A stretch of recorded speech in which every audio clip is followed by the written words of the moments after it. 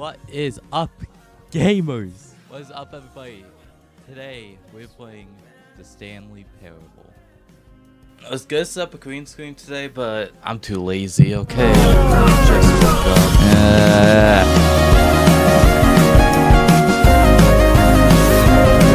Stanley Parable, I never played this day in my life. God knows this is even gonna run well. God knows this video will do well, but hey. End is never, the end is never, the end is never, the end is loading. Never. This is the story of a man named Stanley. Stanley worked for a company in a big building where he was employee number 427. Okay. Employee number 427's job was simple. He sat at his desk in room 427 and he pushed buttons on a keyboard. Orders came to him through a monitor on his desk, telling him what buttons to push, how long to push them, and in what order. This is what employee 427 did every day of every month of every year. And although others might have considered it soul-rending, Stanley relished every moment that the orders came in, as though he had been made exactly for this job. And Stanley was happy. And then one day, something very peculiar happened. Something that would forever change Stanley. Something he would never quite forget. He had been at his desk for nearly an hour when he realized that not one single order had arrived on the monitor for him to follow. No one had showed up to give him instructions, call a meeting, or even say hi. Never in all his years at the company had this happened, this complete isolation. Something was very clearly wrong. Shocked, frozen solid, Stanley found himself unable to move for the longest time. But as he came to his wits and regained his senses, he got up from his desk and stepped out of his office. Look at my own office. These people are just in cubicles. All of his co-workers were gone. What could it mean? Stanley decided to go to the meeting room. Wait, can I like turn subtitles? Hang on. Perhaps he had simply missed a memo. Oh, he did. Then he checks office 420. Stanley went around touching every little thing in the office, but it didn't make a single difference, nor did it advance the story in any way.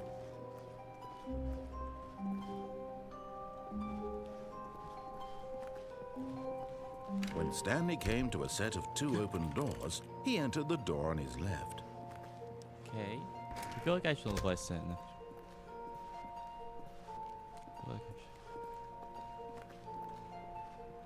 Yet there was not a single person here either. Feeling a wave of disbelief, Stanley decided to go up to his boss's office, hoping he might find an answer there. Coming to a staircase, Stanley walked upstairs to his boss's office.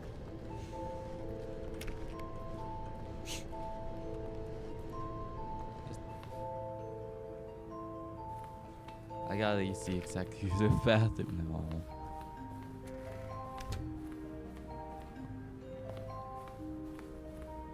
Stepping into his manager's office, Stanley was once again stunned to discover not an indication of any human life. Wait, piano. Unraveled, Stanley wondered in disbelief who orchestrated this, what dark secret was being held from him. What he could not have known was that the keypad behind the boss's desk guarded the terrible truth that his boss had been keeping from him.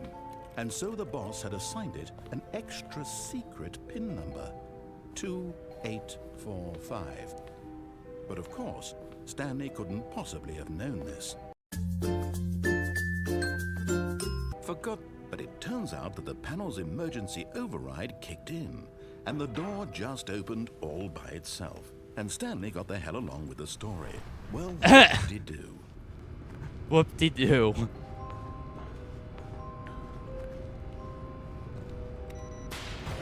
I couldn't find the keypad, okay, guys?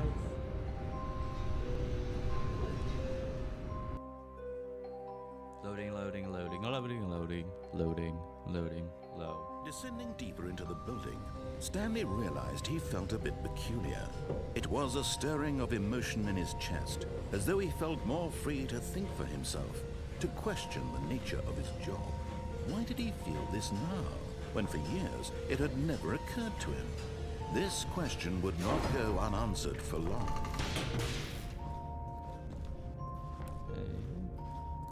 Stanley walked straight ahead through the large door that read Mind Control Facility. I feel like I should go through there. No, let's go. Let's go. Let's go. Let's go. Wait, wait. The lights rose on an enormous room packed with television screens. What horrible secret did this place hold? Stanley thought to himself. Did he have the strength to find out?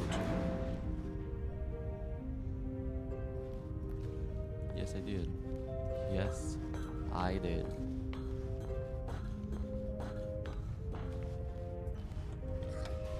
Now the monitors jumped to life, their true nature revealed. Each bore the number of an employee in the building, Stanley's co-workers. The lives of so many individuals reduced to images on a screen, and Stanley, one of them, eternally monitored in this place where freedom meant nothing.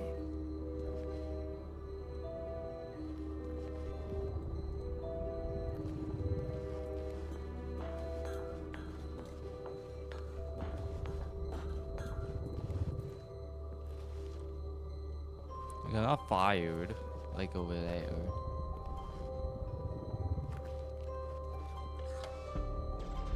This mind control facility, it was too horrible to believe. It couldn't be true.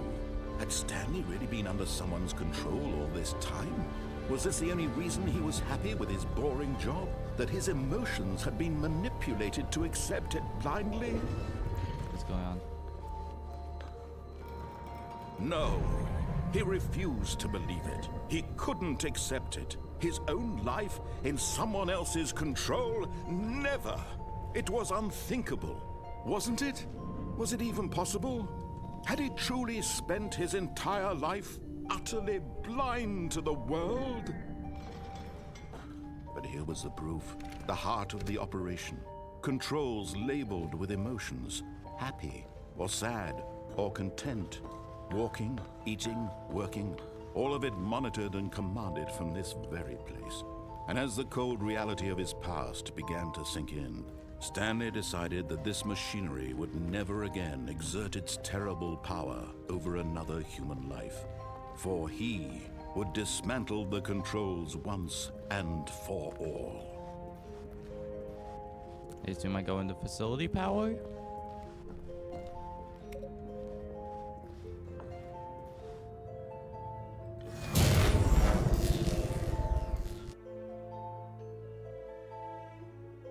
What did I do?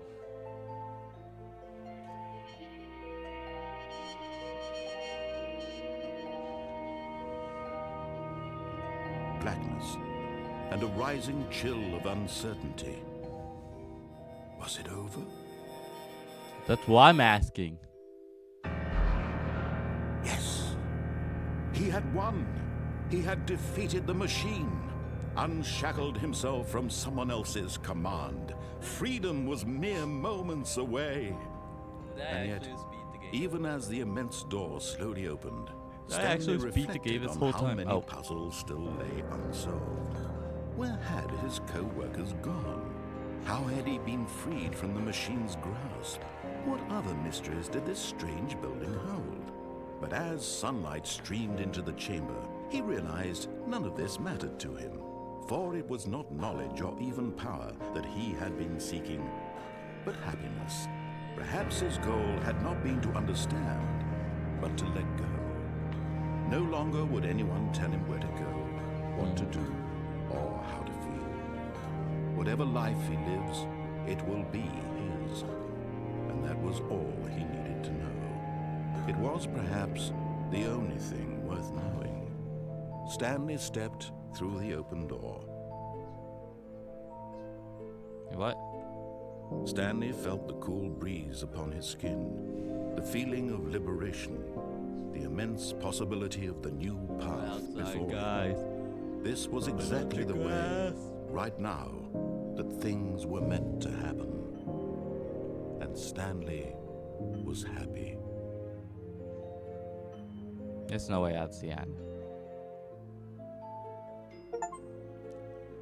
What? Beat the game. Complete. Okay, we're back to the mind control facility. I want to see what happens when we go to the escape route. Although this passageway had the word escape written on it, the truth was that at the end of this hall, Stanley would meet his violent death. The door behind him was not shut. Stanley still had every opportunity to turn around and get back on track. It was this At this point, Stanley was making a conscious, concerted effort to walk forward and willingly confront his death. Why? I just die. Goodbye. Oh.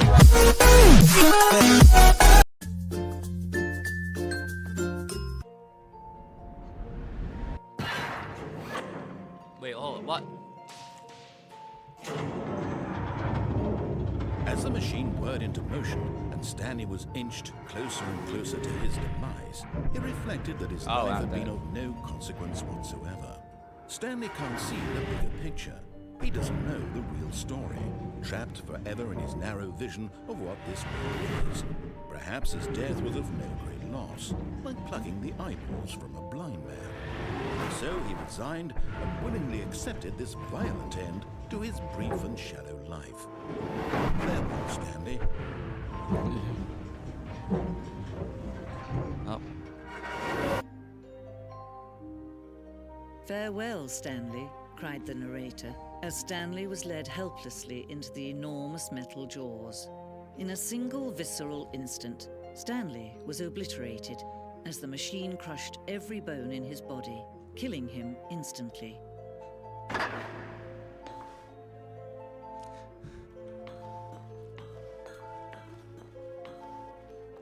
And yet it would be just a few minutes before Stanley would restart the game, back in his office, as alive as ever. What exactly did the narrator think he was going to accomplish? Because I followed the narrator and I beat the game. It took me to the end. When every path you can walk has been created for you long in advance, death becomes meaningless, making life the same. Do you see now? Do you see that Stanley was already dead from the moment he hit start? Here, we took the left door. What would happen if we took the right door?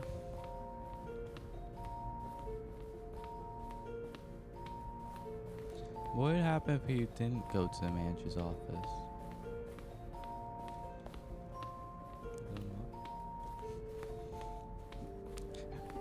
Are we just in the credits or a museum now? What are we supposed to accomplish in this one? Oh. Oh, look at these two. How they wish to destroy one another. How they wish to control one another. How they both wish to be free. Can you see? Can you see how much they need one another? I don't see anything. No, perhaps not. Sometimes these things cannot be seen. But listen to me.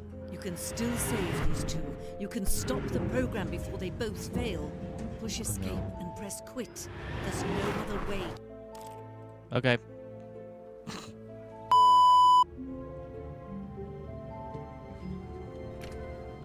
Oh. But Stanley simply couldn't handle the pressure. What if he had to make a decision? What if a crucial outcome fell under his responsibility? I shut the door. He had never been trained for that. No. This couldn't go anywhere except badly. The thing to do now, Stanley thought to himself, is to wait. Nothing will hurt me. Nothing will break me. In here I can be happy forever. I will be happy. Stanley waited. Hours passed, then days. Had years gone by? He no longer had the ability to tell. But the one thing he knew for sure, beyond any doubt, was that if he waited long enough, the answers would come. Eventually, someday, they would arrive. Soon, very soon now, this will end. He will be spoken to. He will be told what to do. Now it's just a little bit closer. Now it's even closer. Here it comes.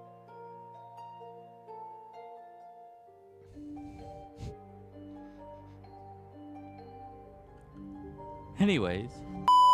Stanley came to a set of 2 open doors. He entered the door on his left. But today we're entering the door on the right. This was not the correct way to the meeting room, and Stanley knew it perfectly well. Perhaps he wanted to stop by the employee lounge first, just to admire it. Sure. Yes, truly a room worth admiring. It had really been worth the detour after all, just to spend a few moments here in this immaculate, beautifully constructed room. Stanley simply stood here, drinking it all, but eager to get back to business. Stanley took the first open door on his left. Now I'm taking this door. Stanley was so bad at following directions, it's incredible he wasn't fired years ago. Look, Stanley, I think perhaps we've gotten off on the wrong foot here. I'm tempted. I want to walk off. I realize that investing your trust in someone else can be difficult, but the fact is that the story has been about nothing but you all this time. There's someone you've been neglecting, Stanley. Someone you've forgotten about. Please, stop trying to make every decision by yourself. Is it my wife? I'm not asking for me, I'm asking for her. This is it, Stanley. Your chance to redeem yourself. To put your work aside. To let her back into your life. She's been waiting. That's her, Stanley. No. Oh, Stanley, is that you? Hold on, sweetie. Sorry to keep you waiting. I'm just pulling the bread out of the oven. All right. Okay, there we go. All right, now, I want you to come in and tell me all about your day. Gotcha. Oh, come on. Did you actually think you had a loving wife who'd want to commit their life to you? I'm trying to make a point here, Stanley. I'm trying to get you to see something. Come inside. Let me show you what's really going on here. This is a very sad story about the death of a man named Stanley. Stanley is quite a boring fellow. He has a job that demands nothing of him, and every button that he pushes is a reminder of the inconsequential nature of his existence. Look at him there, pushing buttons, doing exactly what he's told to do. No. Now he's pushing a button. Now he's eating lunch. Now he's going home. Now he's coming back to work. One might even feel sorry for him, except that he's chosen this life. But in his mind, he can go on fantastic adventures. Listen, tell me I'm going right From back behind to his the office. desk, Stanley dreamed of wild expeditions into the unknown, fantastic discoveries of new lands. It was wonderful. And each day that he returned to work was a reminder that none of it would ever happen to him. And so he began to fantasize about his own job. Wait, where's TV? First, Do he we have a imagined TV? that one day while at work, he stepped up from his desk to realize that all of his co-workers, his boss, everyone in the building had suddenly vanished off the face of the earth. The thought excited him terribly. Ow! Oh, 0. So he went further. He imagined that he came to 2 open doors and that he could go through either. At last, choice. It barely even mattered what lay behind each door. The mere thought that his decisions would mean something was almost too wonderful to behold. As he wandered through this fantasy world, he began to fill it with many possible paths and destinations. Down one path lay an enormous round room with monitors and mind controls. And down another was a yellow line that weaved in many directions. And down another was a game with a baby. And he called it the Stanley Parable. Set the thing.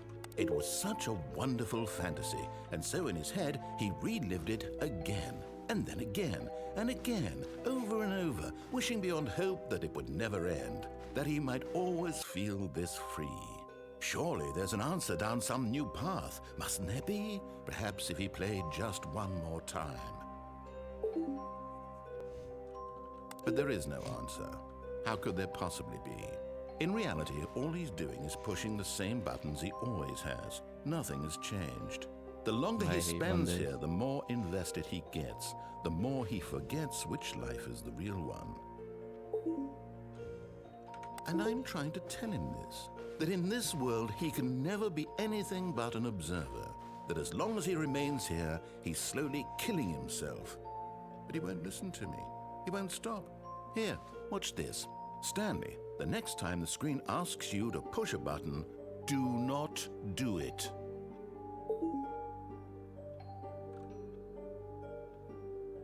You see? Can he just not hear me? And we're back in the office. In a way that he'll understand that every second he remains here, he's okay, I get it. We're going back to the beginning. Why is there papers on the floor now? Stanley decided to go to the meeting room. Perhaps he had simply missed a memo. Why is there paper everywhere? Coming to a staircase, Stanley walked upstairs to his boss's office.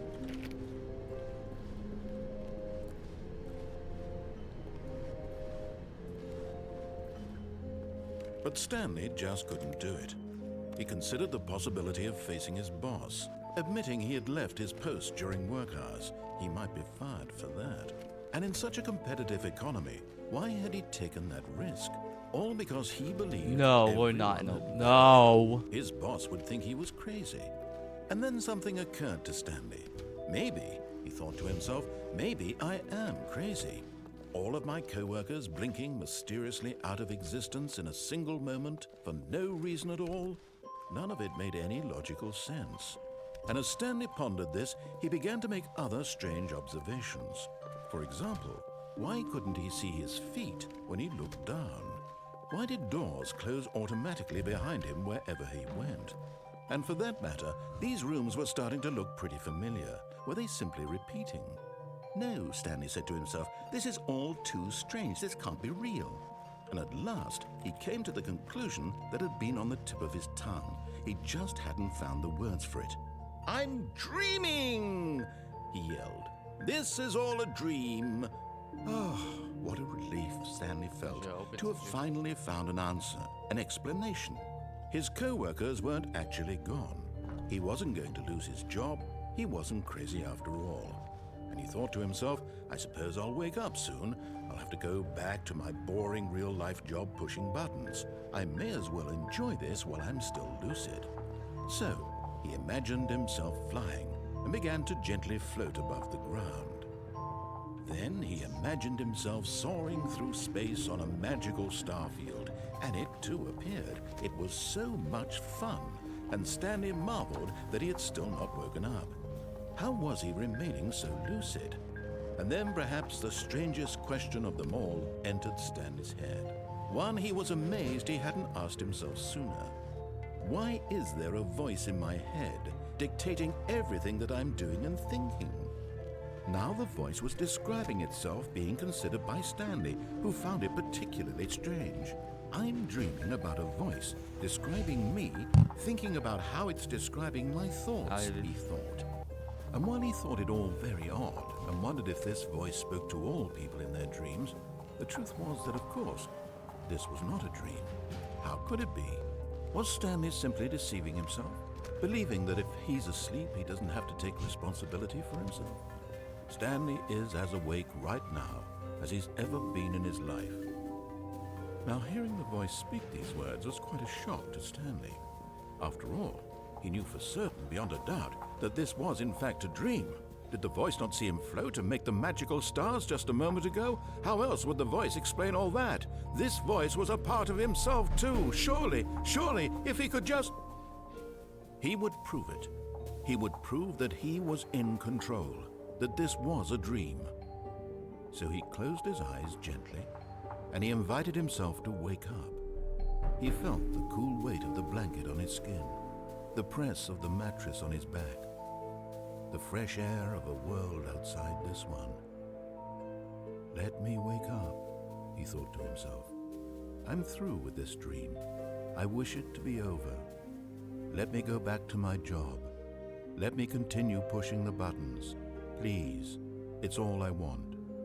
I want my apartment and my wife and my job. All I want is my life exactly the way it's always been. My life is normal. I am normal. Everything will be fine. I am okay.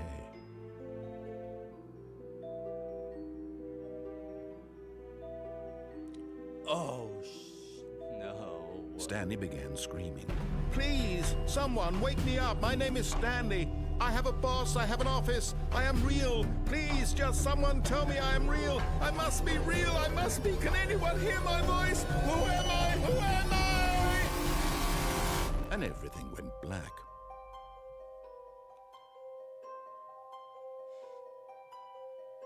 This is the story of a woman named Mariella. The fuck? Mariella woke up on a day like any other. She arose, got dressed, gathered her belongings, and walked to her place of work. But on this particular day, her walk was interrupted by the body of a man who had stumbled through town talking and screaming to himself, and then collapsed dead on the sidewalk.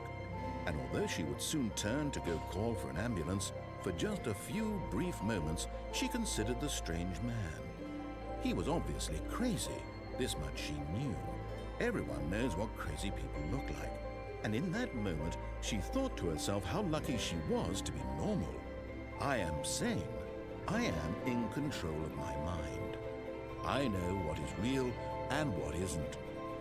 It was comforting to think this, and in a certain way, seeing this man made her feel better.